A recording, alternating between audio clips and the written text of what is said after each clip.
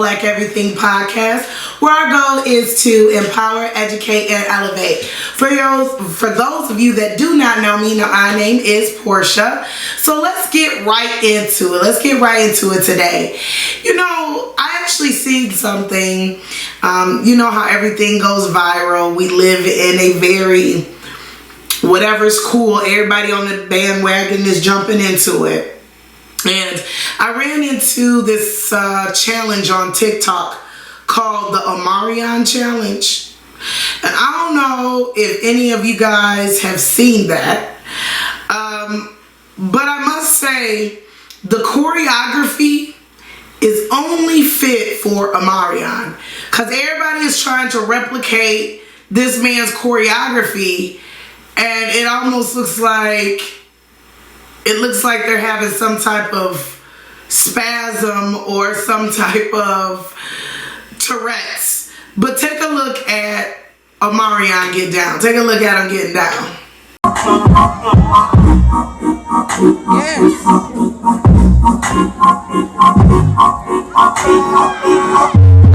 Now, as you can see, like, he really does make it look effortless. Like, he coming in and like hitting it hard and doing all of this stuff.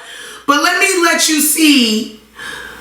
I want you to look at just examples of what they try to replicate. And let me tell you, everyone, like, none of them is at his level of expertise. That's how you know this dance had to be made for Omarion. Because look at these fools. Look at them.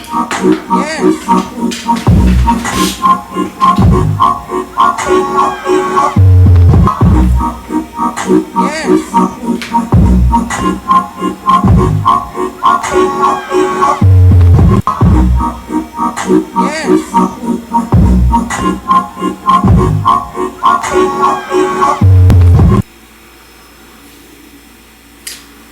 So shout out to Omarion's choreographer, or whoever made that choreography, because that was fit only for O. It was definitely fit only for O.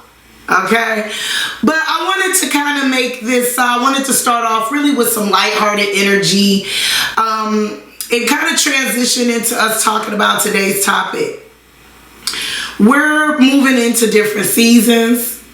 We're moving into a different energy, you know?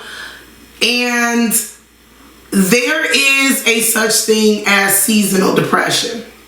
And I felt like this was important because we just got out of a year and a half long hibernation. You know, to the point where we went from everything being closed down except places to eat to, okay, we can open that, but it's just restriction, that restriction. And during COVID, there have been a lot of people, you know, and it's proven fact that have, you know, went through some type of depression. They're probably even more heavy drinkers than they were. Or whatever your addiction was, it has been heightened over COVID time, right? So if you were getting tipsy off of only drinking, a little half a pint, you may have upgraded to a full fifth. I don't know. It's your story. It's not my story. I don't know. But I felt like it was important for us to talk about mental health. I know we talked about this segment before earlier in the year with Renee, but I definitely think it's something that's important and we need to, continue to speak about and remind each other about, especially as it relates to the Black community. You know, we hold a lot in. You know, we're good at sweeping things under the rug.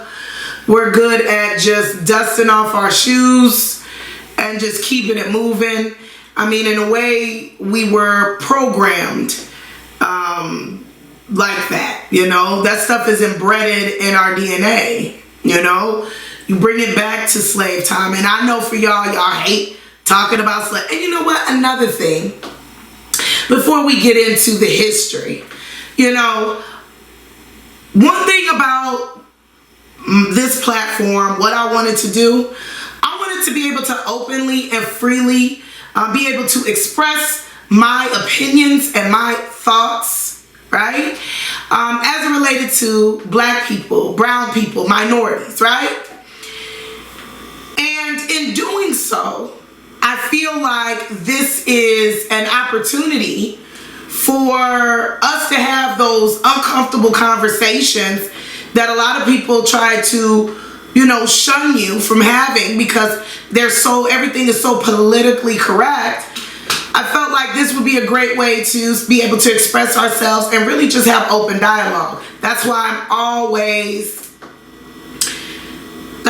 always, you know, stressing, you know, let me know your thoughts. You know, it doesn't have to agree with me, but let me know your thoughts, because I want to create that conversation, whether you're Black, white, whatever.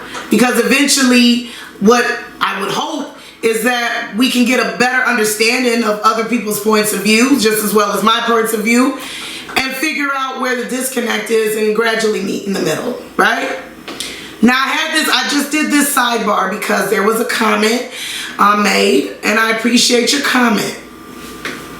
On the last episode when we spoke about Haiti, and the young lady basically spoke about, you know, I understand that, you know, you're speaking, you know, off of your first reaction, but do you know that, you know, there has been updated information? And she brought up race baiting, right?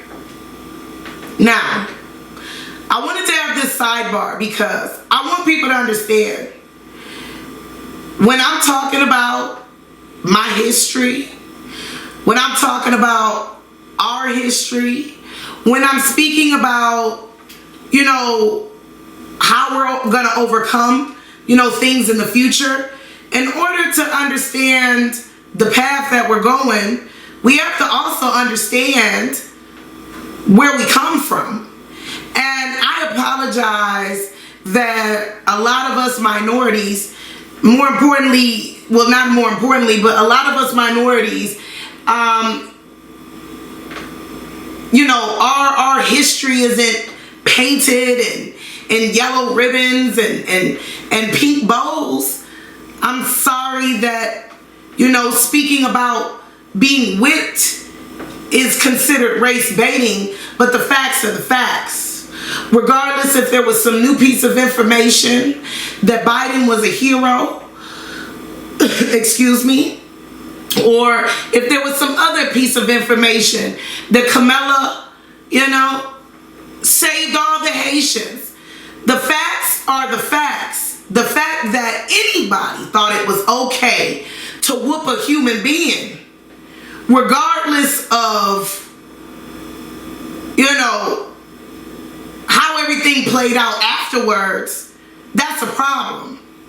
The fact that we live in a time where technology is completely open and almost everybody is recording something that you're doing, and you felt confident enough to still be able to whoop someone, regardless if you were on camera or not. Almost the same way that the individuals at the Capitol were smiling and looking in the camera because they didn't care about being on camera. That's the same vibe I got of the man on the horse whooping the Haitians. But I say that all to say, don't take personal offense to us speaking about history. And if I have something wrong, or you know more information as time goes on and you know things start to transpire, let me know. But race baiting, definitely not that. Definitely not that.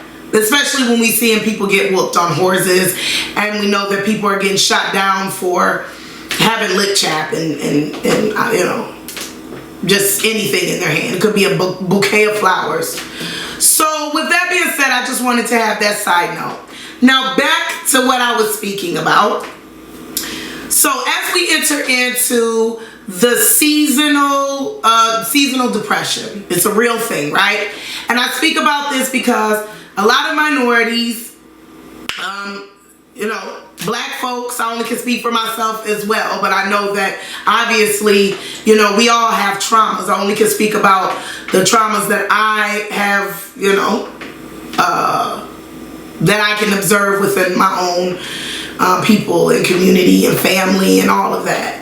We're very good at, sweeping things under the rugs, dusting it off, keep walking and acting like things, don't bother us. And we've been doing that for years on top of years on top of years. And as I went back to when we were speaking about slavery, when Massa was whooping the slaves, Mr. Slave Man didn't have time to cry about it. He had to dust himself off and get back up. Same thing with black women. There's so many things, that we can speak about, instances in slavery, instances in Jim Crow, civil rights and all of that, where people had to dust themselves off and just keep it moving, right? And when you deal with that type of mentality, generation on top of generation on top of generation on top of generation, it almost is like embedded in your DNA. The same way the Willie Lynch syndrome is embedded in a lot of us, right? So now we move forward with all that PTSD and we move into COVID time, where not only does COVID affect, it just basically, COVID affects everybody. It doesn't have any type of, face to it, gender to it, race to it. It's affecting everybody. So now you have centuries upon PTSD toppled upon the fact that we are in hibernation and quarantine mode for a year and a half. And let me be clear, there's some people that experience this and never dealt with any type of oppression, and they've been ready to almost, commit suicide. So think about having just all those pressures and then also having to deal with that. So anyway, now we're out of, quarantine, as you will, or if that's what you want to call it. It's still crazy right now, because now you have a country that's divided between vaccine and non-vaccine. It's just a lot going on. So as we're transitioning into the new season and seasonal depression, which affects everybody, race, gender, whatever, I feel like it's important for us to have a conversation about mental health, because it's not talked about enough within the black community. And I can't speak for no other community but my own.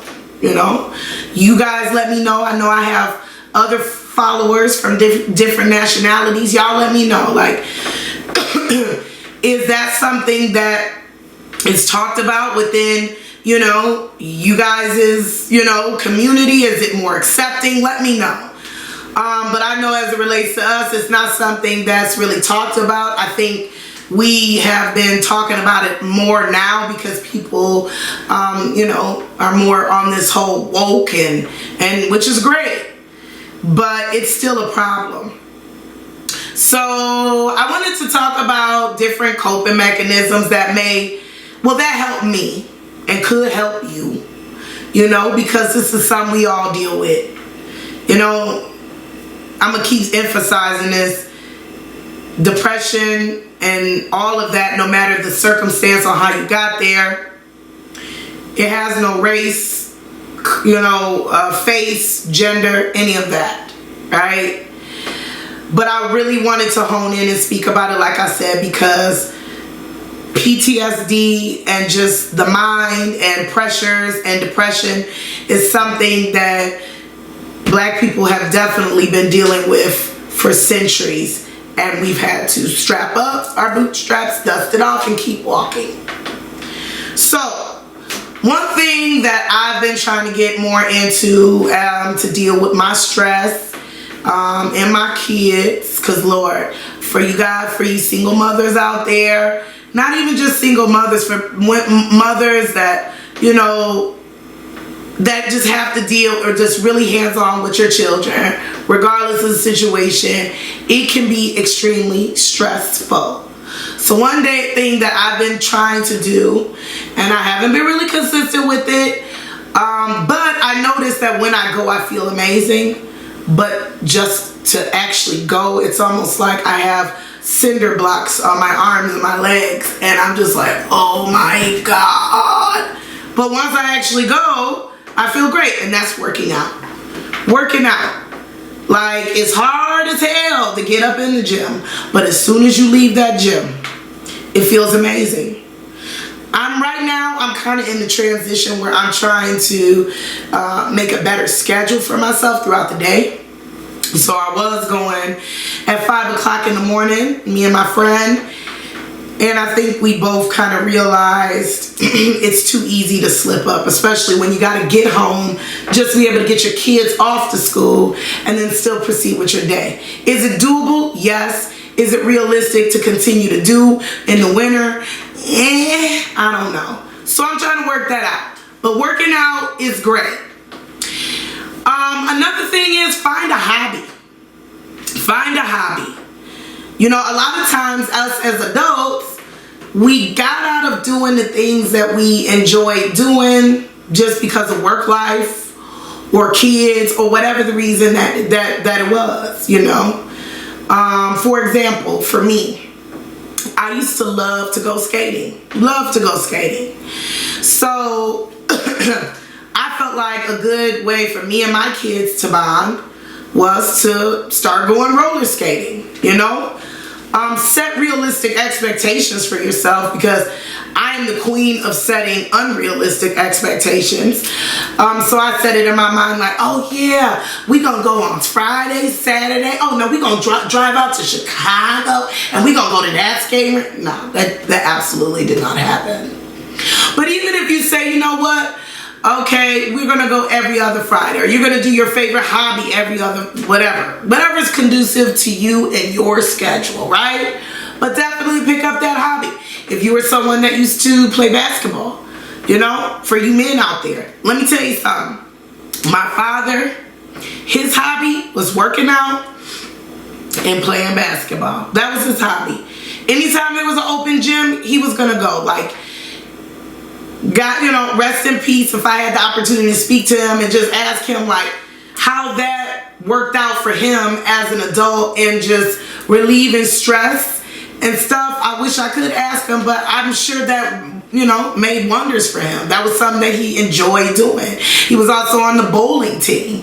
You know, you got to keep yourself active, you know. So if it means, you know, picking up some type of hobby or something that you're interested in, definitely go for it. For me, something that I can do to bond with my kids is definitely roller skating, right? And then another thing for me is a support system. Let me tell you, not everybody has a support system. And a lot of times people live on this, oh, you know, my family, they don't be doing this. We got to stop focusing on the people that, you know, wish us no good intent. We got to stop focusing on what the next person didn't do and focus on the people that are there. Whether it's your blood relative or it's a good friend of yours that genuinely wants to see you do well, you know. A good support system will come along the way, and they don't have to be blood. You know, they don't have to be blood. So that is another one that, you know, is helpful for me. And my newfound love would be traveling. As a young mother, you know, having kids back to back, just popping them out. You know, I never had the time in my 20s to you know, really travel or, you know, experience certain things, which is all good, right? Now that I'm in that space and I've had the opportunity to go different places, that's definitely a good one. You know, and not everybody's in the financial means to. So if it means that you need to contact Apple Vacations and pay on a trip, you know, 10 months in advance, because you know that, look, I gotta have this one trip a year. I'm telling you, being out in a whole nother scenery and a whole nother environment, I swear it's a whirlwind. It's a stress reliever. It almost makes you come back home a little regretful, but also in a better space where you're like, man, you know, it gives you something to, because keep in mind, the reason why I think these are important for me, and I'm not a psychology, you know, expert or anything. I only can speak on my personal.